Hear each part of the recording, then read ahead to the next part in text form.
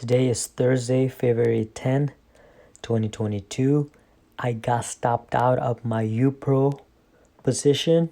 I was long the S&P 500 and I took my loss today. This is my account. Let's go to history. So look at the transaction. I got filled today. 17 shares. If you remember, I only invested about half of my capital because I didn't feel very comfortable with the trade. Normally, I like trading, going all in, all my capital. So it was a good decision. I took my loss, but still. Here's the transaction, the day and the date and the time. I got filled at 15, so that's 3:46 Eastern time. Going to my P&L. Here's my P&L versus the S&P 500.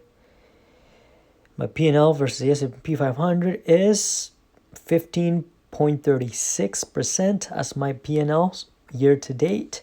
S&P 500 is down 6.1%. So far, so good. My goal is to beat the S&P 500 by at least 26%, delta 26%. So yeah, that was my trade. Let's look at the charts so I can walk you through my thought process. Let's look at the daily chart. This is the daily chart of the S&P 500.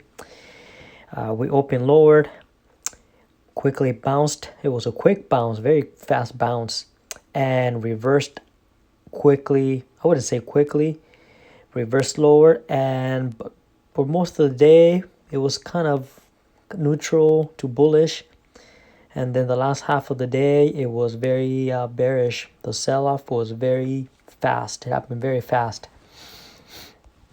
Very bearish day. Dip below major support levels, including all the moving averages. My stop loss was below the 20-day moving average. That's where I got stopped out near the lows of the day. Yeah, I anticipated a breakout about 4,600. That didn't happen. But these are the levels that I'll be watching going forward.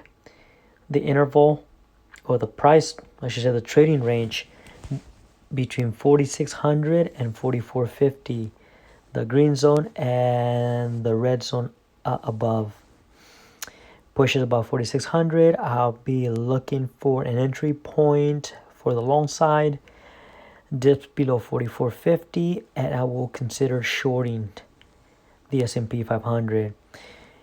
Just keep in mind that it really depends on price action, real-time price action, so that can change tomorrow. Let's look at the 5-minute chart. Here's a 5-minute chart and look at the price action for today. To the left side, you see that we opened lower, quickly sold off, bounced out the 45.30 level, which was very important. Quick bounce. And for the rest of the day, or say for most of the day, it just kind of kept pulling back a little until the last half of the day when it started selling off very aggressively. Where I got stopped out, I got stopped near the lows of the day. So that was my trade. I took my loss. I will look for the next setup